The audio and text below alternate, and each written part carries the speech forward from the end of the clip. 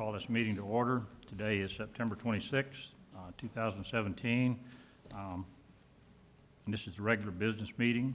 At this time, we'll have the presentation of the colors. The Vero Beach High School Air Force Junior ROTC Detachment 43, under the direction of Wade Dews, Chief Master Sergeant, Aerospace, United States Air Force, Science Instructor, retired.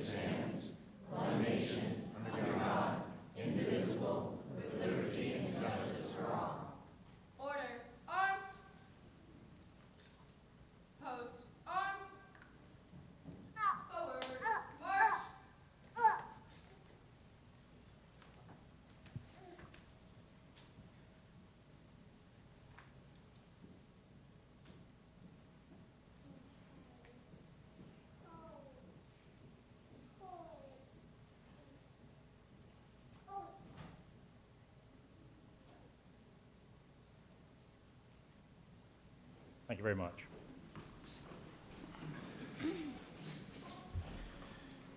First order of business will be the adoption of the orders of the day. Are there any items that we'd like to move from consent to action? I'll make a motion to approve. Second.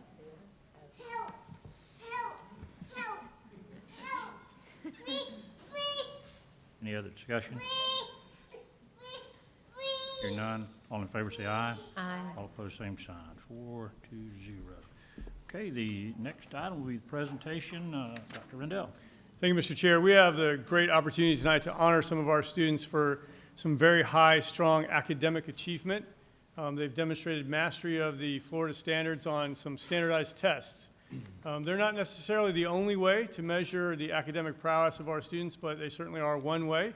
And since they have performed so well on those assessments, we want to honor them for that achievement. So in a few minutes, they'll each be called up one by one to receive a certificate over there.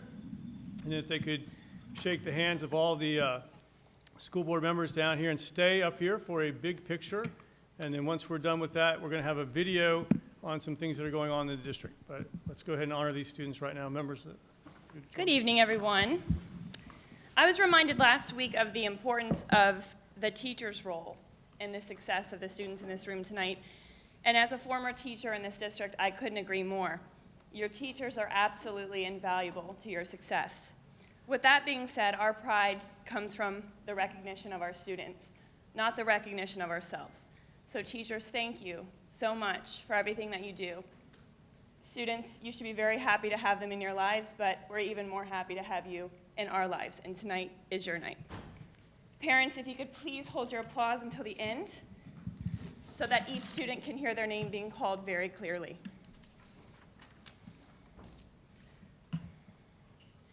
Ryan Bodo.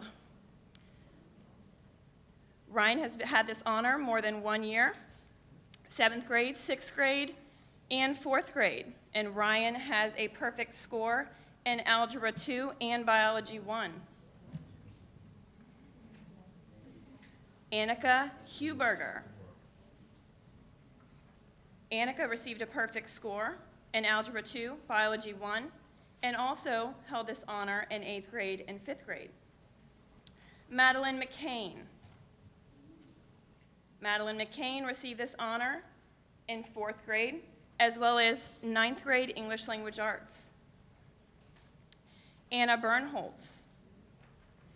Anna received this honor 7 times before. had to count, and has also received this honor in 10th grade English Language Arts. Daniel Borkhardt. Daniel received this honor twice before, and also in U.S. history. Spencer Cotty. Spencer received this honor once before and also in U.S. history. Zachary Colton. Zachary received this honor once before and also in U.S. history.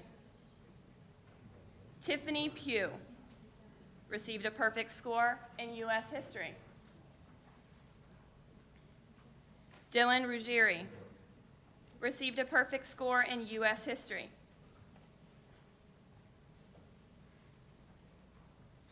The following students received a perfect score while they attended Gifford Middle School. Erin Weiser. She received this score, a perfect score, 3 times before, and also on the FSA Grade 6 mathematics test. Andrew Bodeau received the score once before and also in civics. Sydney Jenkins received a perfect score in Grade 7 English Language Arts. Anthony York received a perfect score once before and also in Grade 7 Mathematics.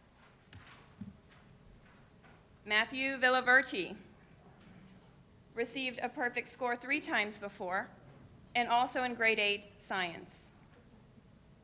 The following student achieved this score while they attended Sebastian River Middle.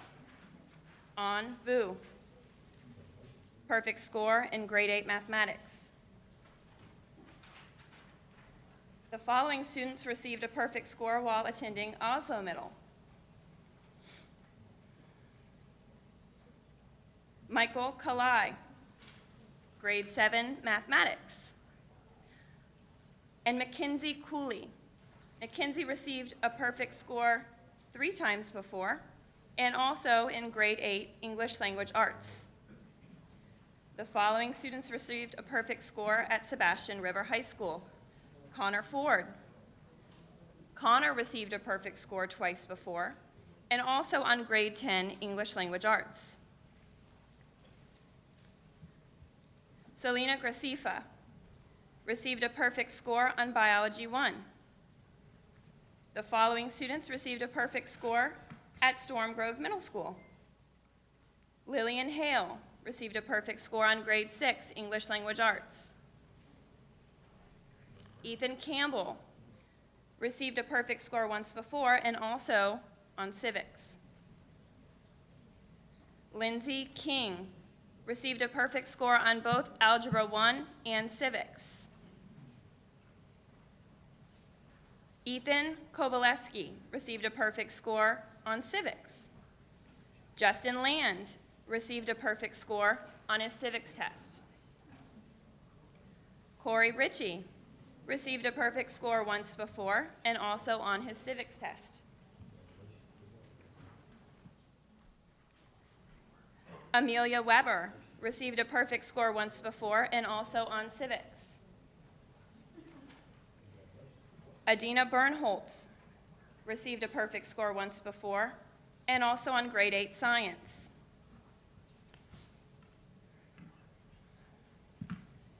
Andy Enriquez received a perfect score twice before and also on Geometry and Grade 8 Science. Abigail Hinton received a perfect score on Geometry. Tessa Johnson received a perfect score on both Geometry and Grade 8 Science. Maggie Krupp received a perfect score on Science. Liam Livingston received a perfect score twice before and also on Geometry and Grade 8 Science. Samuel Metz received a perfect score once before and also on Grade 8 Science. The following students attended Indian River Charter when they received a perfect score. Sophia Fedor received a perfect score twice before and also on Grade 10 English Language Arts.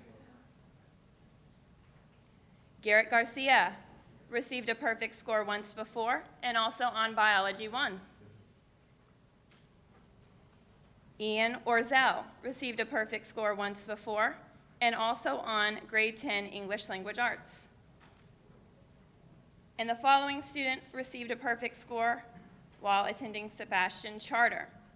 Jackson Talmadge, perfect score on Grade 6 Mathematics. And that's everyone. Round of applause for all of our students tonight.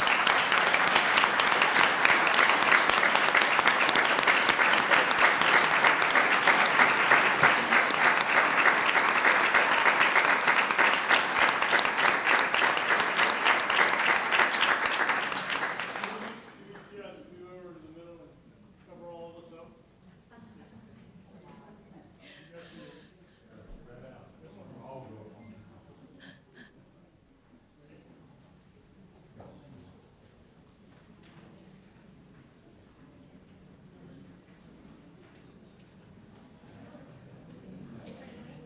Right, parents.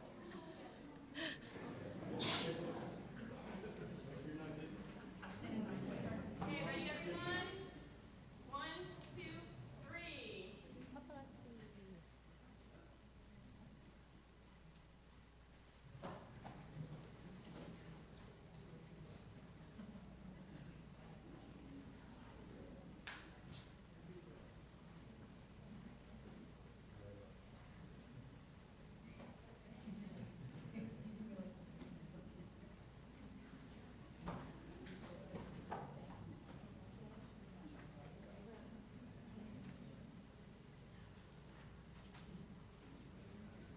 Okay, one more.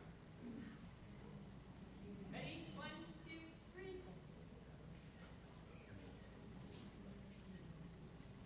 Everyone get their pictures? Okay, thank you.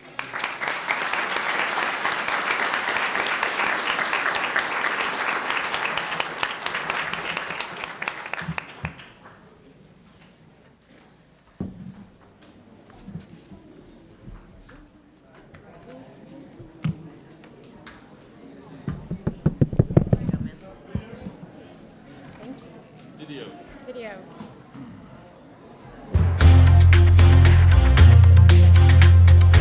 September is Attendance Awareness Month, and across the district, many schools have created initiatives to promote attendance. This is our attendance wall, and every day our teachers will call in their attendance data. We collect the information and we update our wall. It's just a visual representation for our parents to see the importance of being at school every day and being at school on time.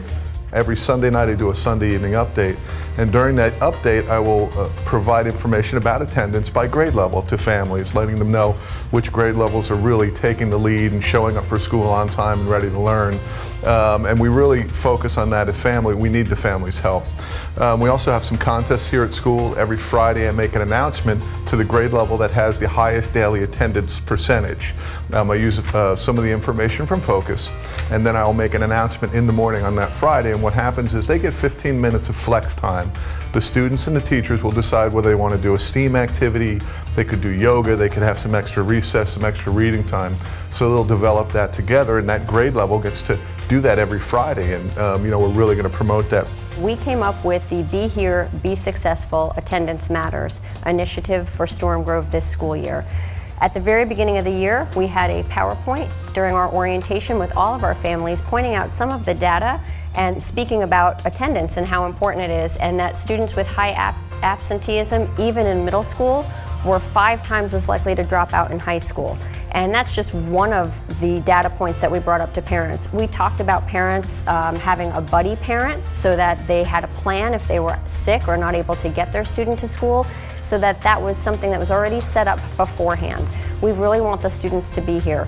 We have shirts that say Be Here, Be Successful, and then on the back, they show that the attendance matters. We have a banner at the front entrance of our school also signifying that attendance matters and that we want the students here. We've pulled some data already, and as of today, this time last year, had about 225 students with perfect attendance, And so far this year, even with the eclipse day and the hurricane, we have 345 students at this point with perfect attendance. So we're really excited about this initiative and hope that when the first 9 weeks rolls through, the kids see it and want to be a part of it for the second and third and fourth 9 weeks. Thank you, Mr. Chair. That's the last of the presentations. All right, thank you very much. Next item on the agenda is citizen input, and I have one speaker, Liz Cannon.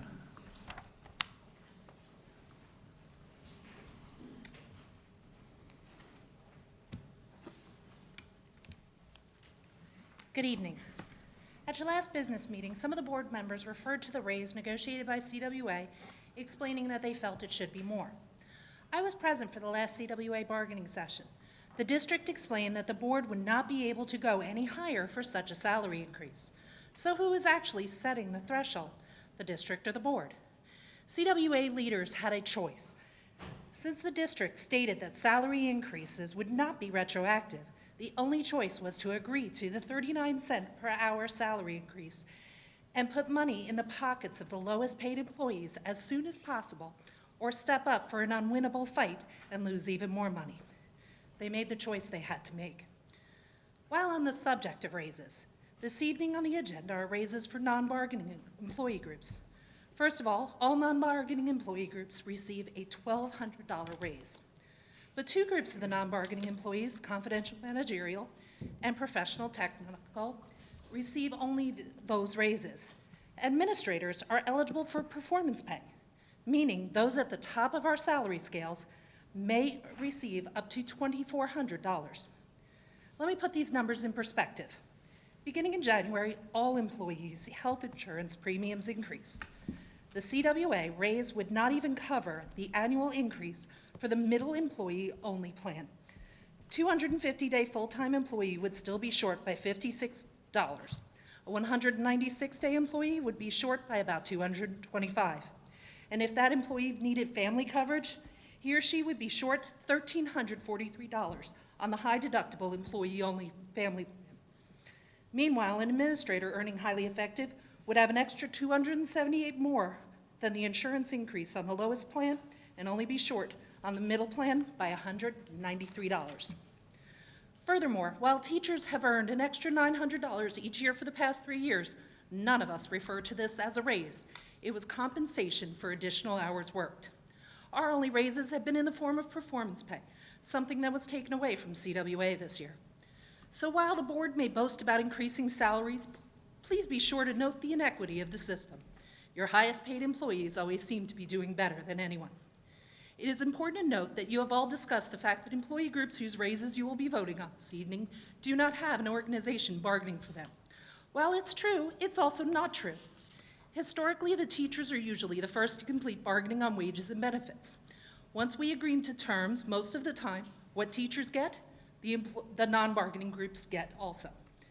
It happened last year with insurance. It has happened when performance pay was first negotiated. We may not be able to bargain for them, but we do pave the way for wages and benefits for all employees.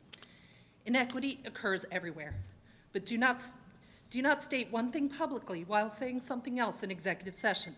While I harbor no ill will against these non-bargaining employees receiving their raises, I do want to emphasize that a simple percentage-based raise system may be easier, but it is most certainly not equitable. Thank you. Thank you, Ms. Cannon. The next item on the agenda, the consent agenda. Need a motion? Second. Any discussion? All in favor say aye. Aye. Opposed, same sign, 4-0. The first item on the action agenda is approval for a public hearing for adoption of new school board policy 6334. We want to just go on into the... We need to open the public hearing. Okay. All right. The public hearing deals with policy number 6334. Dr. Rendell, have you documented that this public hearing was properly advertised in accordance with state statute? Yes, I have. Now, we now recess the meeting to conduct the public hearing as advertised. The public hearing is now in session. Dr. Rendell, are there any written responses to the advertised public hearing to be read at this time? No, sir, we did not receive any written responses. The public is invited to address this issue at this time. Would anyone like to speak? Seeing none, the chair concludes that the announced public hearing on policy number 6334 has been conducted pursuant to notice, and an ample opportunity to address this issue has been provided to all. The board meeting is reconvened at this time. Dr. Rendell, do you want to explain anything on that? Yes, sir. please? Thank you, Mr. Chair. In action item A, we are seeking approval to adopt new school board policy 6334. The purpose of this new policy is to bring the district into compliance with state requirements for educational facilities, or SREF. The policy change process was followed in accordance with Florida statutes under Florida Administrative Procedures Act, Chapter 120. The proposed policy is attached. Mr. Morrison, anything to add? Yes, sir. As you mentioned, that this policy will bring us into closer compliance with SREF for any construction over $300,000 and electrical work over $75,000. We will now have a pre-qualified pool of bidders that will be able to bid on that work. Just to clarify, they're not approving any bidders at this point? That is correct. It's just the policy, change simply that the allows policy. us to create that pool. Yes, sir. One question I have now, SREF, would you tell us the people That is the what state requirement for educational facilities. Essentially, that is the code by which we follow for all educational facilities within our school district. Okay, very good. Need a motion? I'll make a motion to approve. There you go. Second. Need a second? Any discussion? Hearing none, all in favor say aye. Aye. All opposed, same sign. Next item, action item B, approval to amend the 2017-18 salary schedule to reflect a 2% salary increase for all non-bargaining employees. Dr. Rendell. Thank you, Mr. Chair. In action item B, we are seeking approval to amend the 2017-18 salary schedules for all non-bargaining employees. Non-bargaining employees are employees that are not represented by a union or collective bargaining agreement. Examples of these positions are code compliance inspectors, food service managers, network specialists, computer programmers, accountants, administrative assistants at schools and district offices, principals, assistant principals, assistant superintendents, executive directors, and coordinators. In the district's 5-year strategic plan, Objective 3.1, Strategy 2 states that we ensure that our working conditions are desirable, including competitive salaries and benefits. We are requesting that salary schedule for all non-bargaining staff of about 268 employees be amended to reflect a $1,200 increase in base pay, which was arrived at using a 2% increase in the average base salary for all non-bargaining employees. This 2% is similar in practice to the salary increase awarded to all bargaining groups in the district for fiscal year 17-18. This amount will be prorated based on the number of contract days for the respective positions.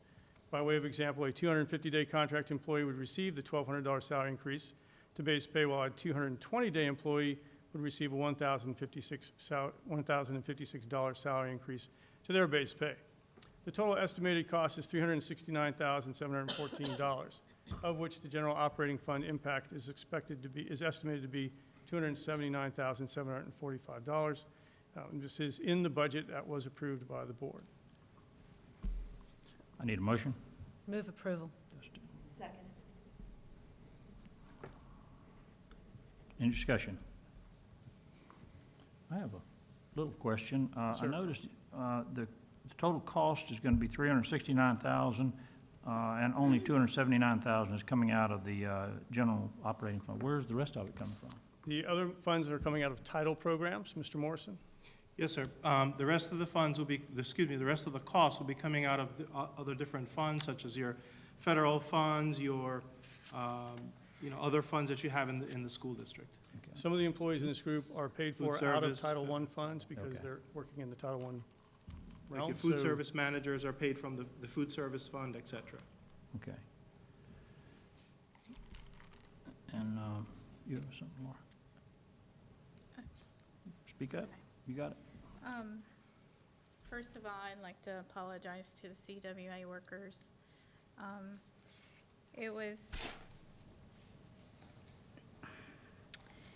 It was my,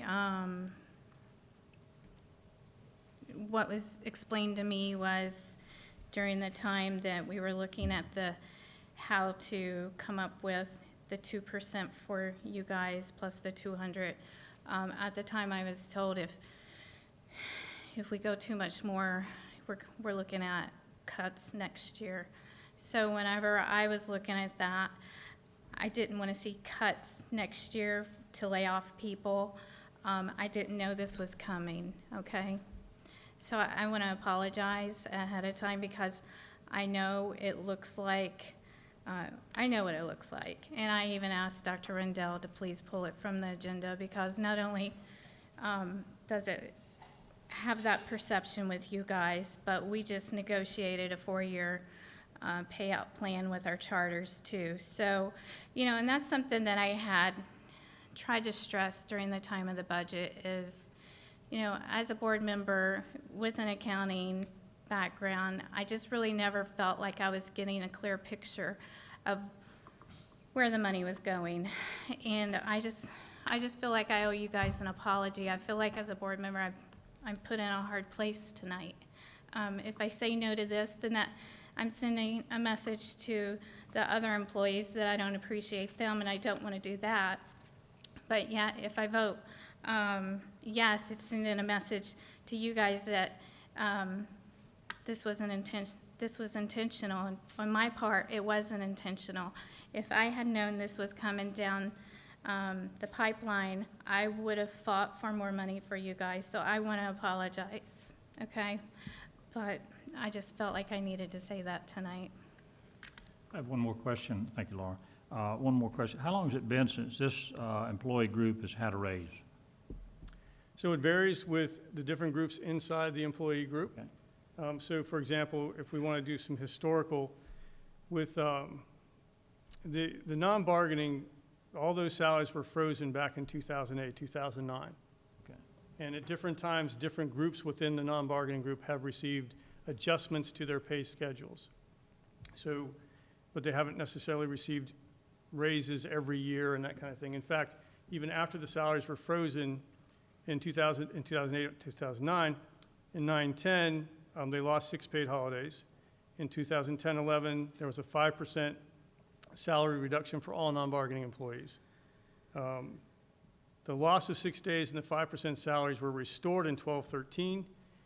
All non-bargaining employees got a 2.5% salary increase in 13-14, nothing in 14-15. In 15-16, the principals and assistant principals got a salary adjustment. In 16 and 17, they didn't, but in 16-17, we did a salary adjustment for confidential managerial and professional technical. But these groups haven't received consistent increases over the course of the last 10 years. Okay. All right. Yes, ma'am. I have some questions. This group, if you were to fire them, what attorney would represent them?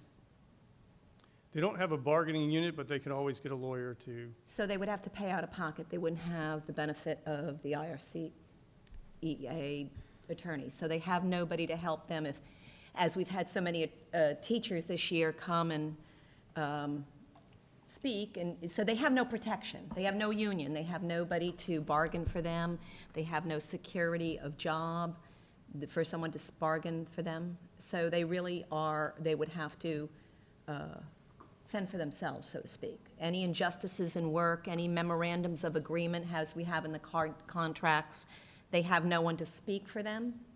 So unless they come themselves and target themselves, they really don't have a rep. Is that what you're saying? Because I want the public to know that. There is a bargaining group for teachers, and there's one for Civilian Workers of America, I believe, CWA. The communications, excuse me. I was in the CSEA, so that's, but this group has no one to negotiate, bargain, argue their injustices. They are at the mercy of whatever benefits we as a board give them. Is that correct? Pretty much. There are state organizations they can join that could represent them, that would be able to provide them with Something. legal representation But in a nothing court in case this and stuff like that, but not bargaining salaries or anything Okay. like that. Thank you. Any other discussion? Speak now or hold your peace. I'm just trying to understand what you're trying to say, but we just had a raise that we gave one group, I believe back in May, and we gave another group within this group, the principals and assistant principals, we gave a really large raise to just the year before last. So, when you're looking at percentages, I can see why they feel this is injustice, Wait a minute. because, I was on the board. I don't know about that raise. I know there was a salary adjustment. Salary adjustment, and that was approved in Study. 14, Any 15 to take place in 15, 16. anytime you take a base salary and you increase it, I don't care what title you give it, it's a raise. So there was a significant raise that was given to these groups. And like I said, this puts me in a very bad situation tonight, because I'm not saying that our principals and assistant principals don't deserve more. It's just really put a bad situation to have to bring some logic to this. We just increased the salaries back in May. Well, why did we do that for the confidential? Confidential managerial, because they hadn't had a salary adjustment since before 07, 08. So they hadn't had a raise since that time, and now, why didn't we wait and do that now and do it all together? So, I just, if I had known that this was coming, I would have probably fought harder on other sides, knowing this was coming down the road, because when I look at these salaries, not that these groups don't deserve a raise, but when I look at salaries of $104,000, $99,000, compared to like our CWA workers that make $24,000, $26,000, this is the matter of them being able to survive and still work here versus giving more cushion into the salaries here.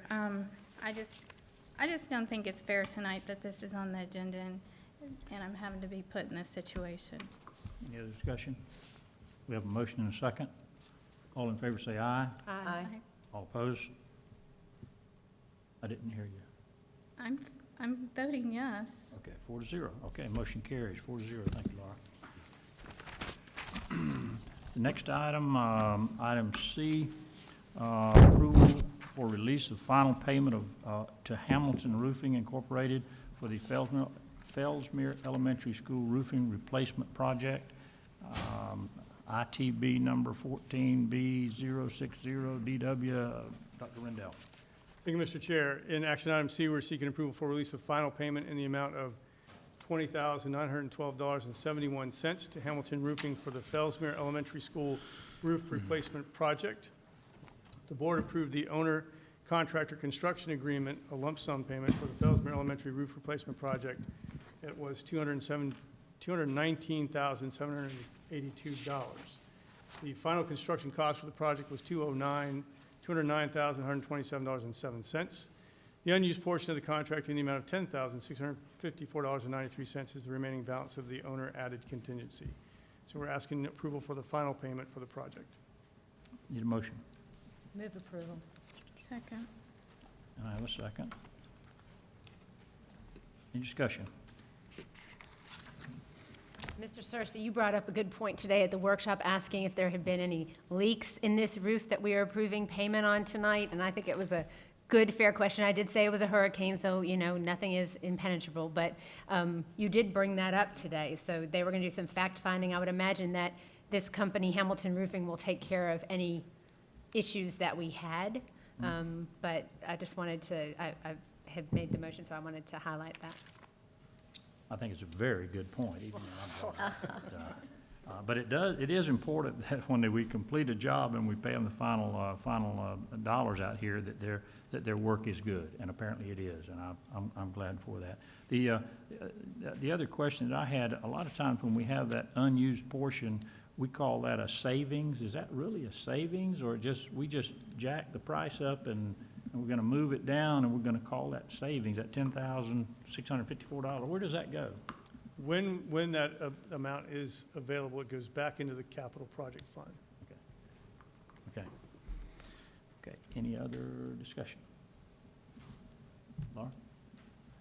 All right, we have a motion and a second. All in favor say aye. Aye. All opposed, same sign, 4-0. Okay. Next item is item D, approval of contract and clinical addendum with Express Scripts and the School Board of Indian River County. Dr. Rendell. Thank you, Mr. Chair. In action item D, we're seeking approval for the contract with Express Scripts to serve as the pharmacy benefit manager for our health insurance plan. The estimated savings over this year's pharmacy claims by moving from Florida Blue to the Aon Coalition with Express Scripts is $500,000, which is an important strategy in managing the finances of the Employee Benefits and Insurance Fund. The only changes for employees will be that they will use a different card for pharmacy services than they use for medical services, and their mail order provider will change. Members of the HITEF committee, and that's made up of a lot of different stakeholders involved in this process, have reviewed this option and unanimously support moving to the coalition with Express Scripts for pharmacy services starting on October 1st, 2017. Mr. Morrison, anything to add? No, sir, I think you've covered it very well. The deeper discounts that we will be receiving from being a member of the Pharmacy Coalition is estimated to save over $500,000, and the HITEF has reviewed it and approved it. Thank you. I need a motion. I'll make a motion to approve. Second. Discussion. This is mighty quiet tonight. There must be a ball game on or something. I had a question. This $500,000 savings, that's to the district. What benefit accrues to the individuals? Yeah, so we can talk about the difference in their out-of-pocket expenses. Mr. Morrison, or you want Richard to come up? I mean, they need to hear, because we you're- talk about the salaries that Seriously, may you not are be where they 100% are, but we correct. want to do make need sure that they that need to know what, our why employees this is a understand big we're trying deal to save for them us. money too. The benefits to the employees don't change. Their cost for a generic drug, preferred brand, that remains the same. So the benefit to the district, which also affects the employees, is a lower cost. So when we're looking at future years, this is a $500,000 savings that would offset any potential increase that might arise from medical claims. It would help to keep the budget more stable. Does it go into the general fund, or where does it, or into the medical fund, or? Actually, what will be happening is that the Express Scripts contract will provide deeper discounts, lower per script fees, 100% return of rebates, so the money stays within the district. You will be paying less, but getting the same drugs Okay. with the same benefit for the employees. So in essence, it would help the health insurance fund, which is Okay. where we've had. Trouble, yeah. Yes, sir. Okay. I'd just like to say that I really appreciate to see that we continue to take strides to make sure that that health insurance issue the fund does not get into the same place where it was. So I'm happy to see this and a continued effort to make sure that we never get back to that place again. Any other discussion, questions of the gentleman? Okay, thank you very much. Thank you. I have a motion and a second. All in favor say aye. Aye. All opposed, same sign, 4-0. Okay. Item number E, approval of Hurricane Irma makeup days. Dr. Rendell. Thank you, Mr. Chair. In action item E, we are seeking approval of a revised instructional calendar. Due to Hurricane Irma, we were out of school from Thursday, September 6th, 2017, through Friday, September 15th, 2017. During this time, students missed 7 instructional days. The Florida Department of Education has indicated that school districts will have 2 days waived to cover Thursday, September 6th and Friday, September 7th, theoretically. Additionally, the district is able to waive 2 of the missed instructional days to cover September 11th and September 12th. Therefore, the district will need to make up 3 instructional days. The 2017-18 instructional calendar will be revised to reflect the following makeup days. So this is the change in the calendar. November 22nd, 2017 would become a school day. December 21st, 2017 would become a school day. And April 2nd, 2018 would become a school day. Just a little bit of information for everybody. There's no such thing as a minimum number of days required. There are 2 state statutes that govern the time. One is instructional minutes. We're supposed to have a certain number of instructional minutes per school year. It's 900 hours of instructional minutes for grades 4 through 12 and 720 instructional minutes for grades K through 3. There's also a separate statute that governs high school credit, and we have to have a certain number of hours each semester in order to give high school credit. So the fact that we missed 7 instructional days doesn't mean we have to necessarily make up 7 days.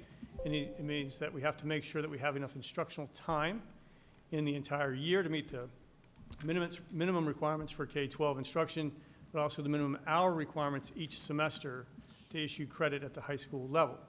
So I met with a committee, and we looked at the different options to making up that time. We felt that we needed to make up at least 2 instructional days during first semester to meet the hour requirements to issue credit. So that's why December 21st and November 22nd were selected there in first semester. The third day helps us meet the instructional minimum requirements overall for the year, and that could fall in second semester.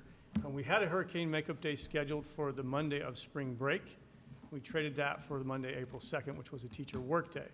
The teachers are basically swapping April 2nd, the April 2nd teacher work day with the work day we provided last Friday, 2 weeks back in September. So, this was a work of the calendar committee, well, of another committee actually, meeting and looking at the calendar and looking at the best options available for us.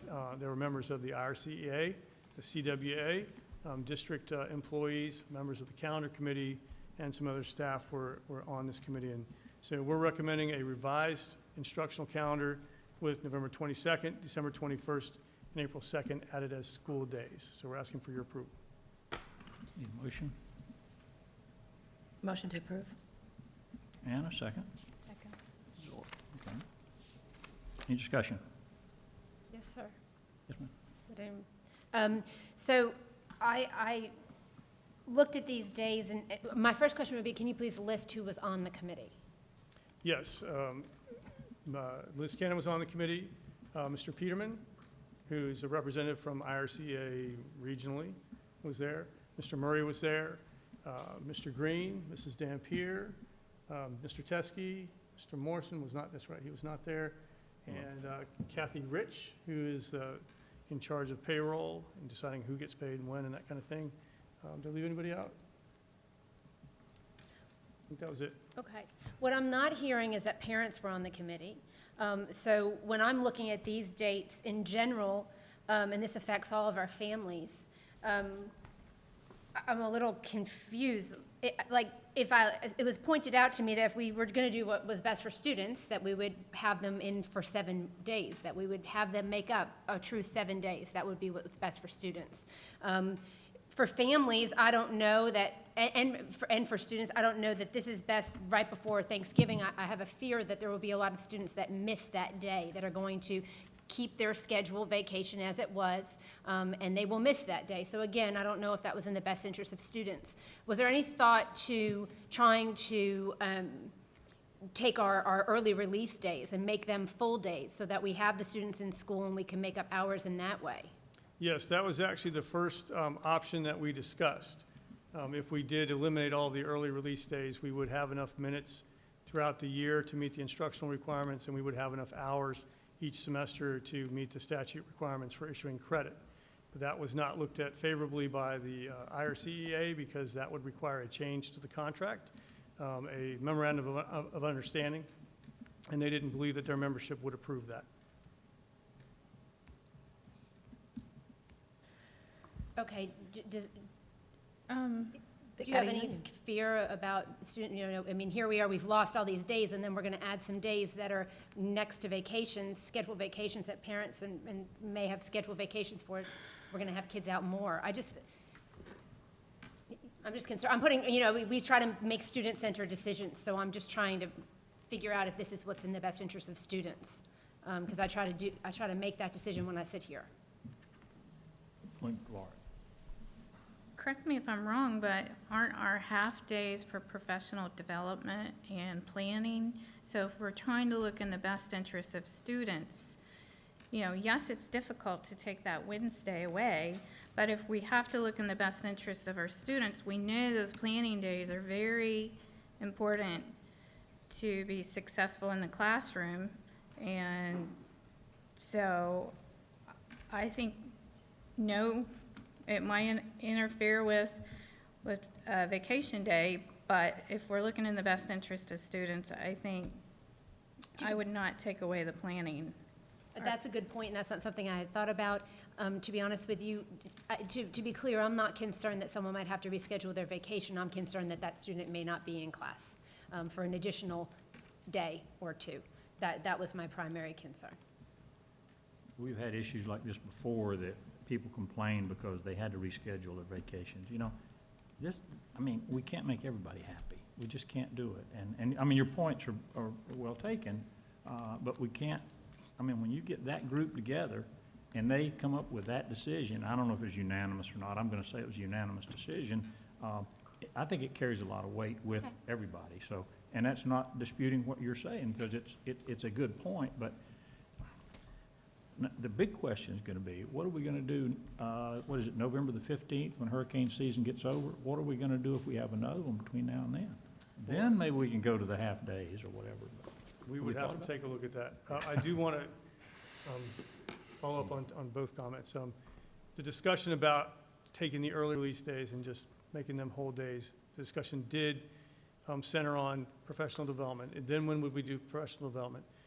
Some of those are exam days. If we made them full days, how would we really administer exams at the high schools, the middle schools, stuff like so. There was lengthy conversation about it. It wasn't just that the IRCEA said our members wouldn't support it, but so there was conversation back and forth about that. There was conversation back and forth about the fact that two of these days, actually all three of the days, are up against holidays. Because even Monday, April 2nd is coming back from spring break. I believe it's the day after Easter. So again, that could be a day people were planning on traveling back from somewhere. So, we will make the statement, to all of our employees, to principals and everyone that, we need to work with families who have travel plans that they can't break or change, whatever like that, make sure the students have excused absences and can make up the work and that kind of thing. But we were trying to squeeze 2 days in the first semester and, another day somewhere in there without necessarily extending the school year and moving into other days. I will support this if this was the will of the committee and this is what everyone felt it was the best thing to do, then I will support it. I just had to ask the question as to how the decision was made. Okay, Laura. I didn't quite understand when Dr. Brindell had brought this to me. I had said, well, why don't we just put on a couple days at the end of the year, but realizing that we start 2 weeks earlier now so that we can get all our testing in before Christmas break or the holiday. That's why it's so important to try to squeeze these 2 days in so we don't have to have the testing when we come back from the break. How would you handle graduations if you added days to the end of the year? Well, you just push the graduations Graduate? 2 days out. It's not, So a lot of families have already made all those graduation oh my plans. gosh. But we're not going there, so it doesn't, that's hypothetical. Not gonna have another argument. We're not going there. We're just talking, but I'm sure that probably was weighed into Sure, we in the talked about that. discussion. So when we appoint these committees, I think they're very serious about trying to make the right decision. I really do. It's my hope that they do anyway, but any other discussion? We have a motion and a second. All in favor say aye. Aye. All opposed, same sign. 4-2-0. Okay. The next item is superintendent's report. Thank you, Mr. Chair. Our audience may not know that we are in the midst of a science textbook or instructional materials adoption review process, and we want our community to be a part of that. So we want parents and community members to help us review and make selections for our science instructional materials. So Mrs. Dampier, our Assistant Superintendent of Curriculum and Instruction, is going to talk a little bit about how the community can be involved in that process. Mrs. Dampier? Good evening. Today, we actually went over the instructional review process at the board workshop. And yesterday was our first meeting, and we had about 15 teachers and 5 or so specialists from my department. And of course, the committee, we really want to include our community, which would consist of our parents, our community members, business partners. And our next scheduled meeting is on Monday, October 23rd in the Teacher Education Center at 3:30 p.m. We also have a copy of our science timeline for the work that we're doing for this process. It's already on our website, school district homepage website. It's listed there. If you have additional questions, please feel free to contact the Curriculum and Instructional Department at 564-3100, or you can email my department as well. But we really want to make sure that we have representatives from all different areas, including our teachers, parents, and community members. So we really want you a part of our team. We really want to have your input. So thank you. Mr. Chair, one more thing. Tomorrow, Wednesday, September 27th, is Dads Take Your Child to School Day. I hope I'm not stealing anybody's thunder, but if there are any dads or male caregivers, or if you're a single parent, feel free to bring your child to school tomorrow. All of our schools are having events to welcome in the dads or the caregivers. Make sure that you participate in that. It's a way to try to make that connection between the home and school so that we have constant communication and everybody's on the same page and that kind of thing. So it's actually a national movement. Different states pick different days, but our state has selected tomorrow as Dads Take Your Child to School Day. So I know I will be taking my daughter to the Freshman Learning Center tomorrow. I'm sure as soon as we get there, she'll run away from me, but I encourage all dads and or caregivers out there to participate as well. Thank you, Mr. Chair. Okay. The next item will be discussion. Mrs. Ork? Yes. Actually, I had asked for this to be put on the agenda for us all to start thinking about items that we want to have on our legislative platform. However, with Mr. Frost not here, and I know he would really like to take part in this conversation, what I would like to do tonight is just refresh your memory, hand out what we had last year on our legislative platform. And then the deadline, I think we really should shoot for to have this complete and put together. The Representative Aaron Graw and Senator Debbie Mayfield is going to have another public input delegation meeting. And that is, I believe it's the Wednesday before Thanksgiving, I think.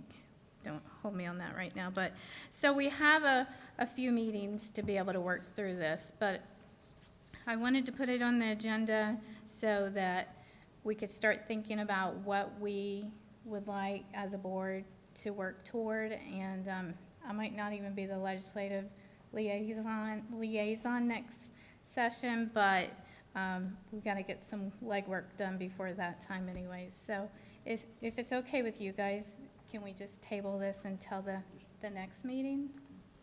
I don't have a problem with that. I don't have a problem with it. I just wanted to say today, if you watch our workshop, we discussed a couple different things where there were some issues, 2 different issues that we discussed that we would like to add to the legislative agenda or discuss standards adoption by the Florida Department of Education, and then some help with FEMA reimbursement from the state. So those were 2 issues that we were discussing being part of our legislative priorities. And I want to thank Mrs. Zork for bringing this up and being proactive and getting us talking about it and making the legislative priorities something that has kind of been interwoven in all of our conversations.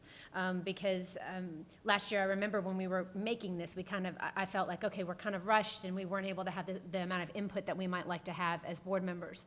So thank you for that. I appreciate it. And yeah, I think it's great to have the conversation when Mrs. Frost is here. I have a question. How did we do on our list of things? Did we win any of them, or did we get the Well, legislature to come okay, through? the number 1 legislation last year was passed that they had requested for Commissioner Pam Stewart to review the SAT to see if it would match to our standards, so she's in the process of doing that. So that was sort of put on there. Based on what I know in sitting in committees with her, she says as long as a test doesn't match to Florida standards, she's not gonna approve it. Last I checked, the SAT does not match the Florida standards, so that's something we probably still need to fight for.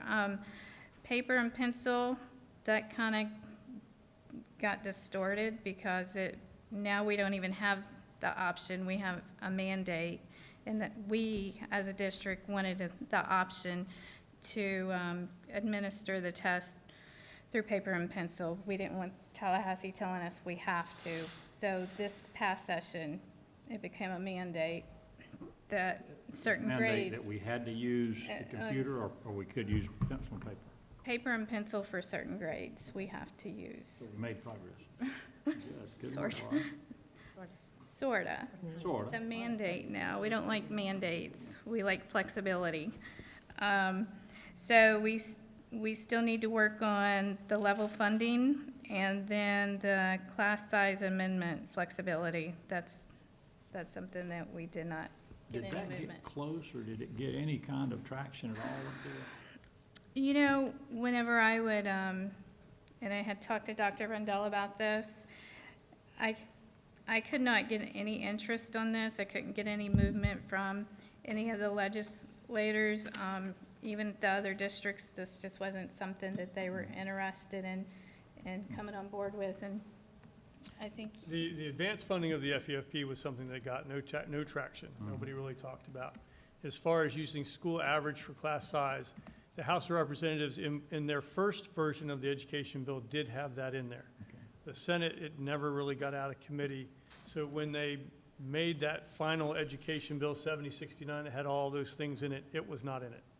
So the House seems to be in favor of it. It's a matter of working on the Senate. So- Okay. So I did meet with Representative Grahl, and right before the hurricane, we did talk about what do you see coming up in education. She basically thinks, and I did go to a meeting where Senator Negron was, basically, they don't see any traction on any type of legislation in education because the House Bill 7069 was so large and there's so many parts and pieces. What I've been told by our legislators is they're going to wait and see how the changes go with 7069. There's really not going to be very much movement in education this session.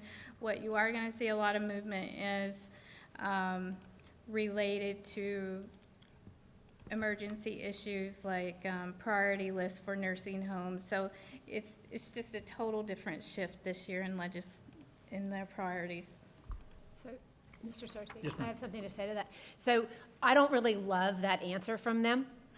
I think education should always be the priority. There should always be a focus, and we should never accept the fact that it wouldn't be something that they could make move. That should be a focus for them, and if they don't think it's a focus, then it's our job to make it a focus. You need to throw 'em out. Well, it's our job to make it a focus. So I so appreciate you meeting with Representative Grahl. I think a lot of these issues are very important. A lot of the issues that we're discussing today are real-life issues that we're dealing with that are affecting our ability to serve students in this county, in this district, and I would imagine are affecting other districts around the state. And, you know, I don't mind a fight once in a while. I'll bring it to their doorstep if we need to. I Right. feel like we need to really push to say that them saying it's not a priority, that education won't get any movement. I don't even know what that means. I can appreciate that. I'm just relaying what. Oh, and I'm not, and I hope you don't. And I want to clarify, speaking to them. Representative Grahl, she's not saying it's not her priority, but she's just trying to give me feedback of how she sees that it's going.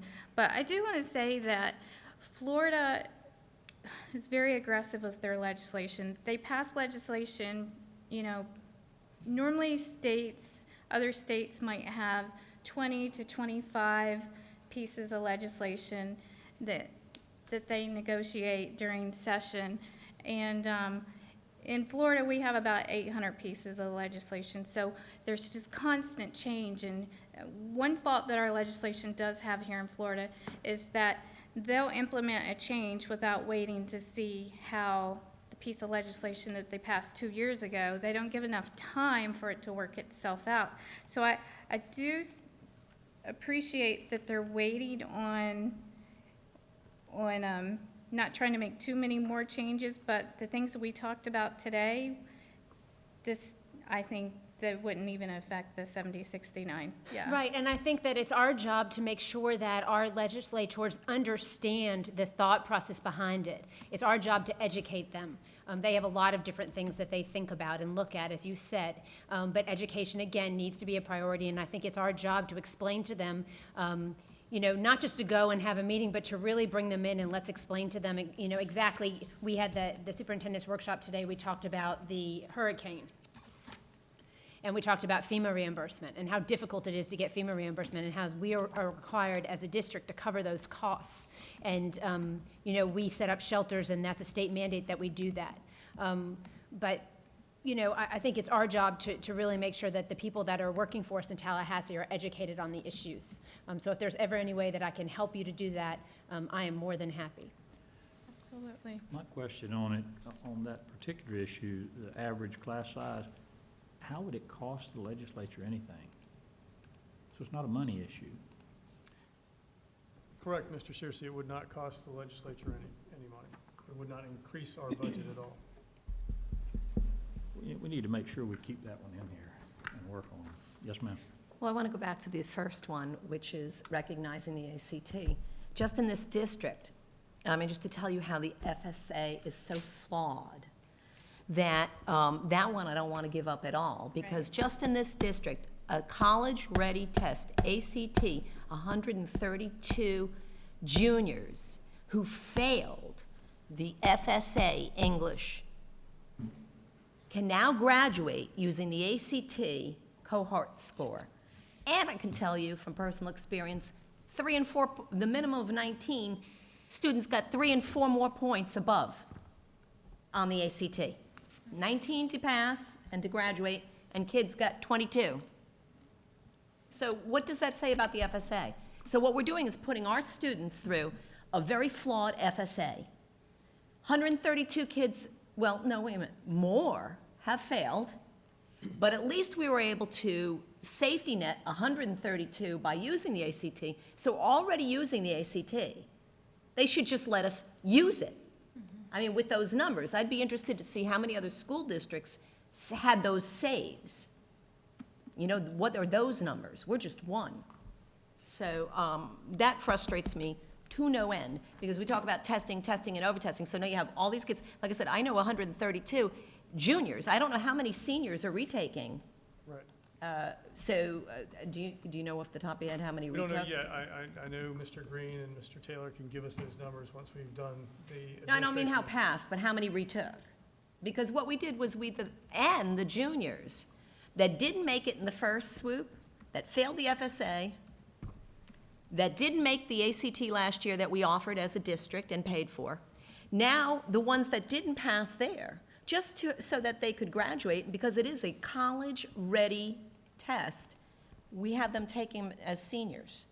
Those few that still can't get over the hurdle, we're taking it September 9th? Or what was no, it was postponed. It's in November, correct, Mr. Green? September 9th it was supposed to be, and it got postponed? We're all looking at Chris over there.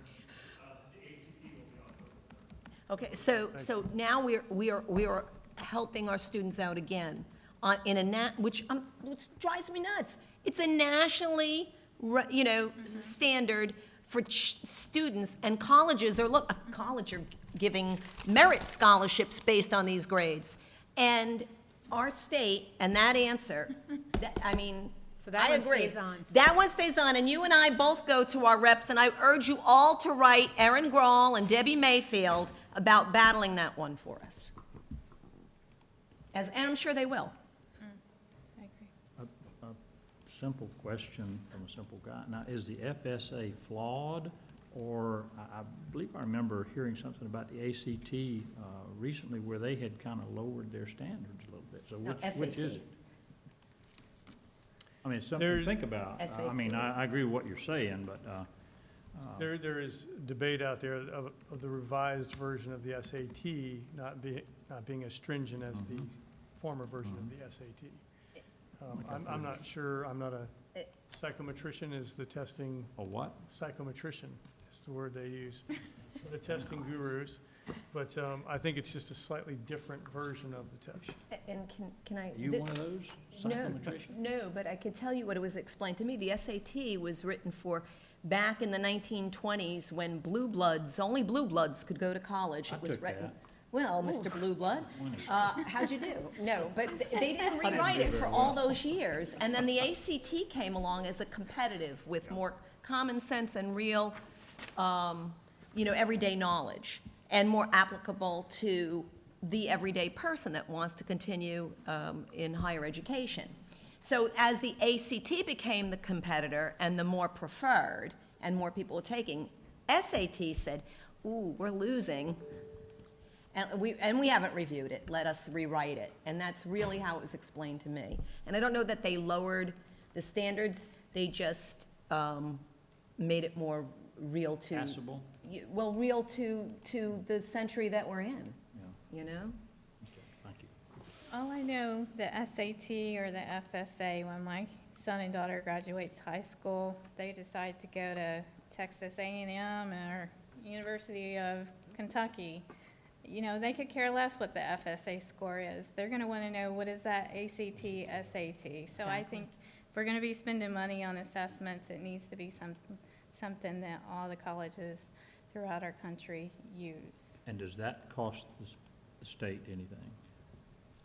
The cost to administer the ACT or SAT, most of the research I've seen is less than the cost to administer the FSA, because we have to pay for the development of the FSA and the administration of the FSA. Make sure we keep Whereas this the in ACT and the SAT are already developed by the company. Mr. Searcy, at this point, I do want to give kudos to our superintendent for being, for the first time, saying, this district's going to pay for that ACT for juniors, and he allowed 132, by that action, has brought 132 students forward to graduate. And then that will be continued, plus those that were juniors that could not pass at that time. And I know that when you take a test over and over, they increase, that hopefully those remaining seniors will be able to pass. And I wanted to thank you from the bottom of my heart for doing that for our students, for those students that are now able to walk and go on. One of the things that Mrs. Zorka said before is, why do we always wait and follow? Why don't we lead? So this is an example of us leading as a district, and I really like that. So that's fantastic. I think that's kind of, we need to keep thinking in that way. What can we do to really serve our students? What would happen if we just used the ACT instead of the FSA? By statute, we are required to administer the FSA. If we violated that statute, I believe we could be at risk of losing funding. We have to administer it. Is funding based on that? No, but in order to receive your funding, you have to comply with all the different other state requirements. It's kind of like they did with that, what was that, Common Core thing? All these people sat in there and they signed in, they took the test, and we used the ACT and showed Tallahassee how it works. That's the leadership you're talking about. I don't know that it'll work, but, I'm on board. Let's do it. Keep in mind that school grades are based on your FSA scores and things Oh, like okay. that, so Yeah. we would be Yeah, putting we our need to schools do in that. jeopardy of not receiving their proper accountability measures. I'm not saying that we should administer the FSA, but I think we should continue to educate people about the fact that, if we're looking, if people are going to look at a school and just judge it on the school grade, and the school grade is partly based on that FSA score, we need to start pulling those things apart and saying, it's not okay. We're not going to allow you to tie our hands and say, we're not going to allow our schools to be judged by a test that's flawed. We're just not going to allow those things anymore. And I think the more people that understand the way that this is all kind of set up, will have a bigger problem with it. And it's our job as school board members and, to get the word out and educate people about it. So I'll keep talking about it, Dale. You're absolutely right. well, Laura, I'm glad you tabled that issue tonight to a different date, but any other discussion on that? All right, Dale? You have anything I'm for laughing because discussion? you're the one that said, how'd we do on this? So, this is for members' matters? Discussion Oh, right discussion, no, now, nothing yeah. for discussion. None? Ms. Justice? No, sir. Okay. I had one item, the board travel funding. Last year, I think we, board members had, I believe that they gave us like $831 apiece, and a couple of the board members utilized that plus some. And I think this year they're allocating us $500 apiece for travel. And then the legislative representative gets an extra $1,000 because it's expensive to travel to Tallahassee.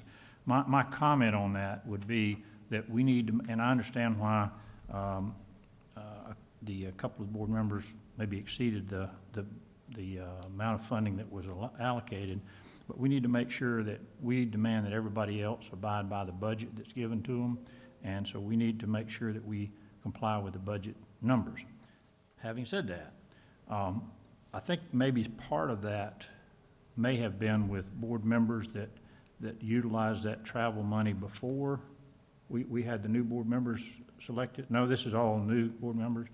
And the new board members, I understand there was training involved, and that's an exception that we can all accept, by the way. But I think that we need to be mindful of the budget that's allocated to us. We demand that other departments comply with their budget, and if we need to adjust, I guess this is the place where those adjustments would come at the board table. Yes, sir. A couple points. We did not share with the new board members what the board travel budget was last year. I don't think we ever did that as a board. Yeah. Or you ever did that as a board. I'm not a member of the board. It's my understanding that in the past, the board has allowed flexibility between members as, you know, someone's not going to travel, so the amount allocated to that board member could be used for another board member for travel and that kind of thing. Mr. Morrison, anything? That is correct. Good policy, yeah. But I think that if it is going to, if we are going to go over our budget individually, that we need to discuss it here at the table. Agreed? Okay, I'm glad you all agree. Okay. That's all I've got on that. We're going to be allocated $500 apiece this year. What was last year's budget? $831.60 per board member. Okay, and then legislative was, An extra, well, it says 1,100, no, 1,000?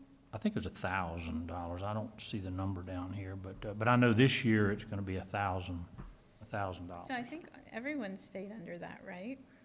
Because being on the legislative, the liaison, I paid out of pocket 2 of my trips because I didn't want to, I knew, because I'm a stickler on travel, so I don't like travel, so twice I didn't submit, but whoever takes on legislative liaison, it is it becomes expensive, and then we had a special session past year too, that tacked on an additional travel that wasn't planned.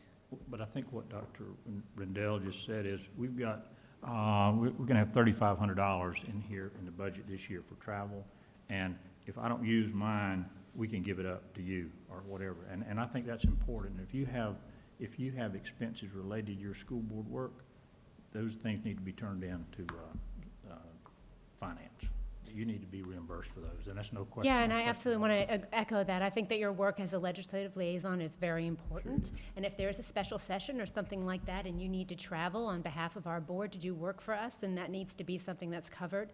I'm glad that you brought that up, and I think it's important that, we do make sure that you are there and that your voice is heard, because you are a representative in Tallahassee. And as we see when we talk about all of these different issues with regards to legislation, it's important that our voice is heard.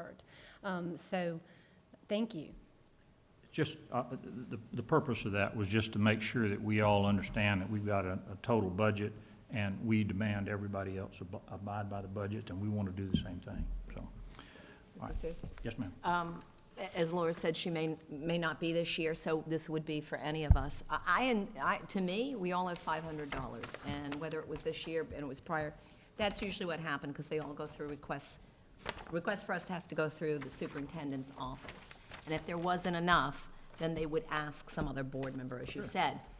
That being said, whoever the legislative, for me, I feel like the legislative travel, you know, is Tallahassee. I don't feel it's Orlando, I don't feel it's Tampa, I mean, you know, I'm not putting, I just want to say with some, I mean, we have criticized staff for staying at expensive hotels. I would hope people know that we have public records, and if they stay at expensive hotels, that what's good for the goose is good for the gander, and so there is some limitations. I don't think anybody's going to police the other member, but as you said, whether it's whoever it is, if it's you again or you or whoever, if there was not enough in the kitty, it was Mrs. Posel who would do that. I'm just giving you, because I have the longevity, would make the phone call and say, so-and-so has none left, do you have any? They were going up to and it always got worked out between, between us, so it's usually not a problem. Very easy to work that out. Yeah. And this board, while we argue a lot, and I think it's really good, that could be handled, because we've still got money left in the budget that we did not use this past year, so, good point. But I'm glad we had this discussion about that, so. Any other discussion on that? Okay, on that. Okay, board travel budget. School board member matters. Ms. Justice. Yes, sir. Thank you very much. I'd like to talk a little bit about the United Way tonight. United Way is our Casual for a Cause for the month of September, and we had that date, and it was unfortunately during the hurricane, so there's a makeup date, and that makeup date is It's Thursday. this Thursday. So please contribute to Casual for a Cause for the United Way. They do so many great things in our district. One of the things that's coming up on October 14th, I've spoken about it before, is United Way Day of Caring.